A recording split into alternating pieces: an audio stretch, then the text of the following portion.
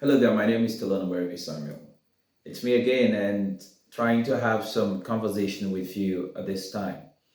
All right, so we're going to take a look at a couple of things. Life is more like when you're cooking.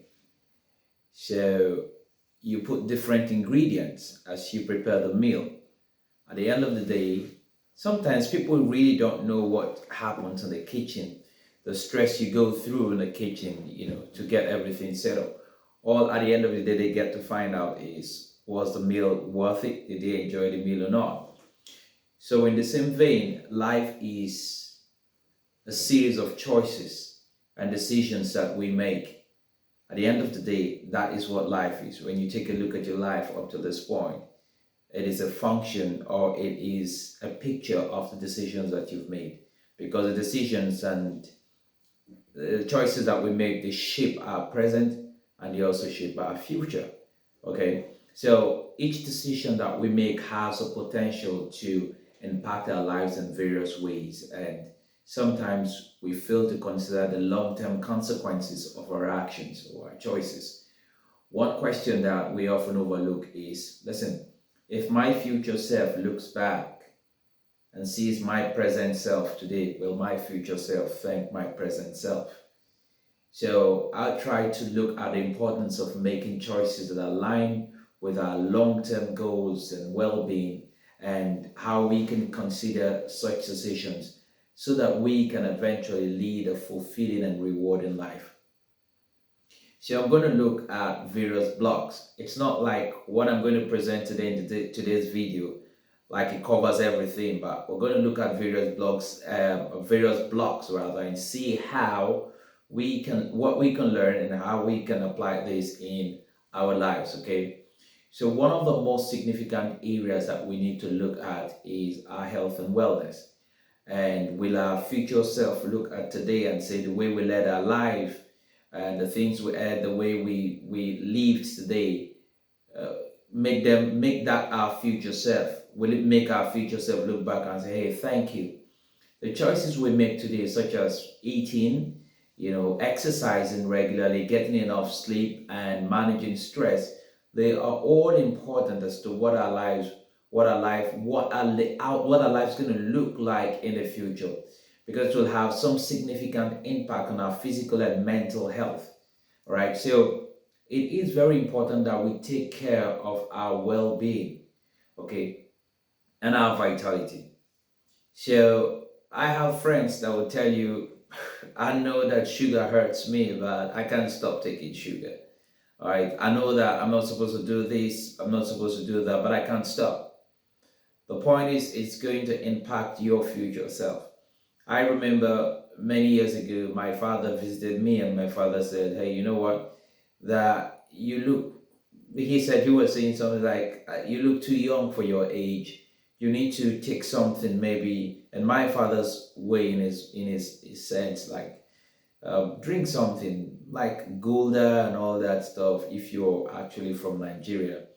Say, because for him, like, it makes your belly come out, and then you look like, when you come out, you look big. Well, that was many many years ago, I'm sure, before he realized some of the health impact in taking so much of, not being careful what you take.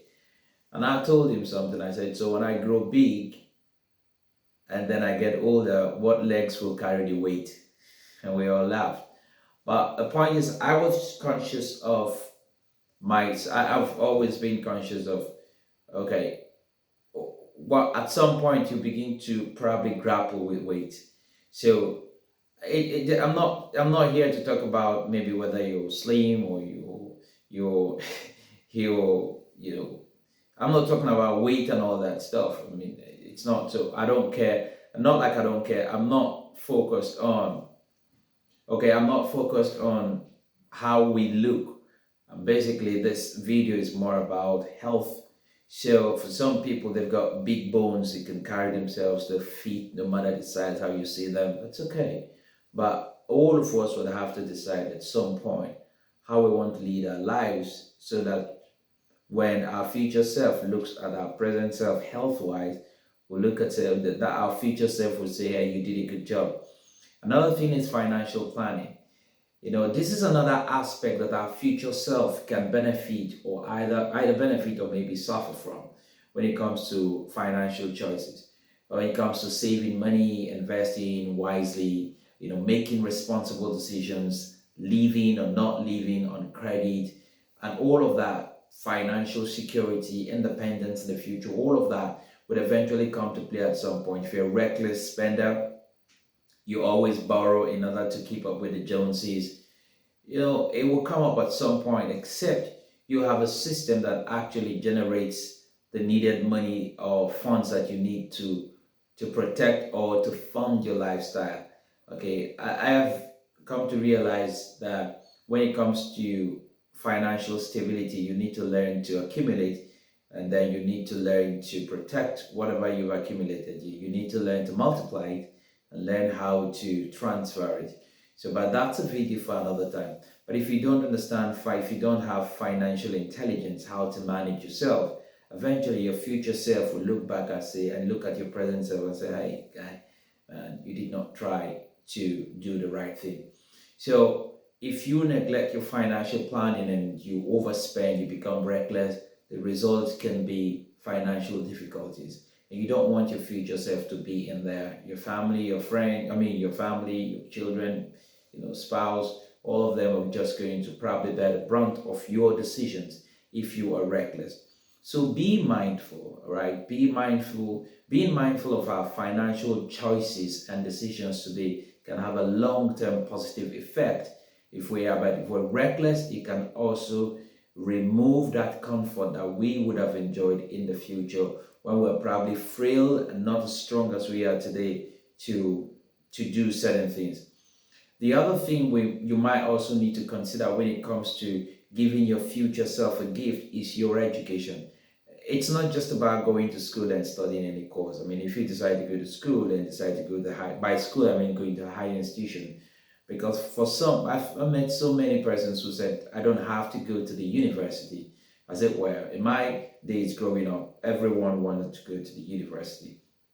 And today, people find out the world has become so small, people can learn a lot, become experts even from their homes, because you want to think about some of the things that you meet out there and the distractions that you meet out there and say, what's the decision I want to make when it comes to education? But this video is not about education. I'm just simply saying that whatever you decide to do, understand that if you do not make the right decisions in terms of the skills that you acquire, the opportunities that you pursue in terms of personal growth and advancement and development, understand that it will most likely affect your future self. Okay, now if you pursue mediocrity, if you are complacent in some way and you're making impulsive career decisions, switching from one place to another mindlessly without even sometimes consulting, I like to let people understand. Have coaches or mentors that will guide you. Have people that are bold enough to give you feedback. If you don't have all of that around you, you don't make wise career decisions, and it's in terms of education, career, all of this would eventually come back to stare you in the face. So another bit I want to also talk about in terms of your future self, also maybe looking at your present self and say maybe thank you, or uh, you should have done better, is in terms of relationship. So the quality of our relationships can greatly influence our happiness and well-being in the future. If we're able to nurture meaningful relationships, and in terms of our families and our friends and loved ones, it's going to turn out well, I believe so, because it will mean that you invest in time and you invest in effort in building and maintaining healthy relationships with people and resolving conflicts in a constructive manner. All of these can actually lead to fulfilling connection in the long run. I remember Oprah Winfrey, I listened to one of her speeches, and she said something, do you want to win or do you want peace? Maybe not exactly, but that's the import which she said. Do you want to win, or do you want peace? You want to be very sure what you want in life.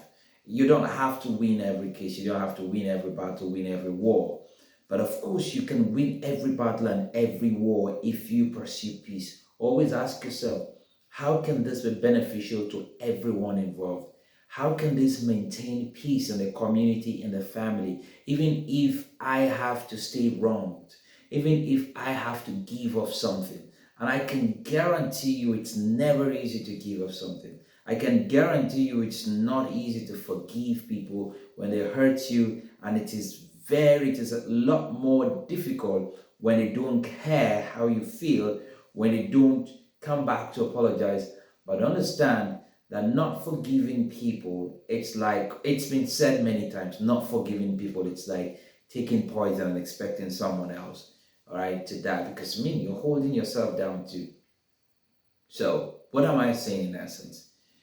Being mindful when it comes to building relationships and prioritizing healthy connections can lead to a more fulfilling and meaningful life.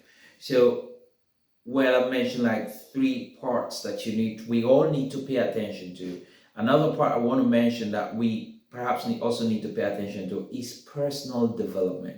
Listen, anyone who studies more, anybody who invests more in personal development will always be superior to you if you are not investing in personal development. There are no two ways about it. Some people say they're gifted, but gift is not enough. If you're gifted, and someone else that's not as gifted as you are, but keeps training and keeps learning and keeps growing, will eventually overtake you. It's like, yeah, I know how to run. Okay, fine. So you're just jogging and somebody's running. It's like a 200-meter race, and boom, somebody's running from the back. It's gonna overtake you at some point. What am I saying in essence? Continuous personal development is very important wherever you find yourself, because it helps you to shape in your future. It helps to shape in the person that you become. It helps you to grow. It helps you to become more mature.